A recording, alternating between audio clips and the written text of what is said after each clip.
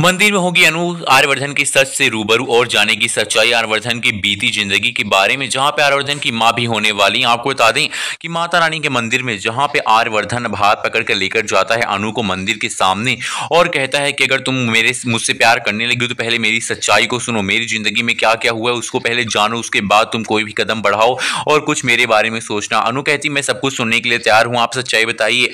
अब भाई आर्यवर्धन यहाँ पर सारी सच्चाई जाकर मंदिर के सामने अनु को बताता है। वो कहता है कि मेरी पत्नी का नाम राजनंदिनी था और राजनंदिनी से बहुत ज़्यादा प्यार करता था, लेकिन राजनंदिनी की मौत हो गई एक हादसे में।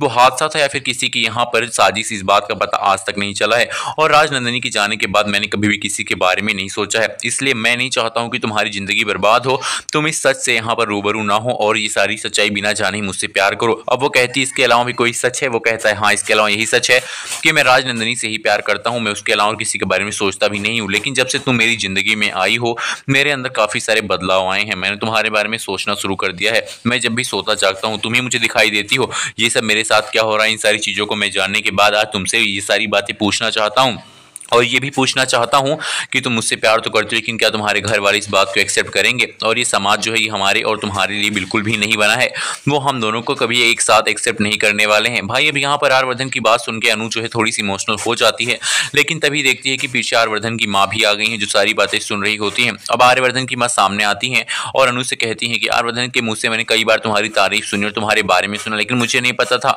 कि मेरा बेटा तुमको अपना दिल दे बैठा है। अब भाई ये सुनने के बाद अनु जो है दंग रह जाती है और कहती है इन्होंने कभी इस चीज़ को एक्सेप्ट नहीं किया। तब यहाँ पर कहती हैं आर्यवर्धन की माँ कहती हैं कि ये एक्सेप्ट करने वाली कोई चीज़ नहीं है, आर्यवर्धन तुमसे प्यार करता है जो कि उसकी आंखों में दिखाई देता है। तुमने जब जब उससे दूरी बनाने की कोशिश की है भगवान ने भी तुम दोनों को एक साथ कर दिया है। आज देखो जब तुम 24 घंटे के अंदर जयपुर जा रही थी तब भी तुम देखो आर्यवर्धन से मिल गई, इसका मतलब माता रानी का यही आशीर्वाद है। अनु कहती है कि मैंने यही कहा था आर्यवर्धन सर से कि अगर हम 24 घंटे के अंदर मिल जाएंगे तो इसका मतलब यही होगा कि माता रानी का आशीर्वाद हम दोनों के ऊपर है और हम दोनों को एक साथ रहना चाहिए।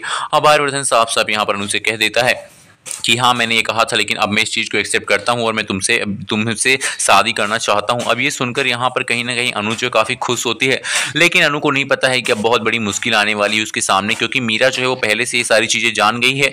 मानसी फ़ोन करके बता देती है कि अनु नाम की किसी लड़की को आर्यवर्धन ने प्रपोज किया जो कि तुम्हारे ऑफिस में काम करती है, और ये जानते ही मीरा बहुत बड़ी साजिश करने वाली है। मीरा जो है यहाँ पर पहुँच जाती है पुष्पा जी के पास और कहती है कि आप मंदिर में यहाँ पे क्या कर रही हैं, मंदिर के सामने जाकर देखिए आपकी बेटी क्या गुल खिला रही है। अब ये सुनते ही यहाँ पर पुष्पा जी जैसे ही मंदिर के सामने जाती हैं वो देखती हैं कि आर्यवर्धन और अनु दोनों यहाँ पर एक दूसरे के करीब आ गए हैं, दोनों एक दूसरे को यहाँ पर गले से लगाकर खड़े हैं और वहीं पे आर्यवर्धन की माँ जी भी खड़ी हैं। ये देखकर आर्यवर्धन के सामने यहाँ पर पुष्पा जी बहुत तेज से कहती हैं अनु तुम ये क्या कर रही हो?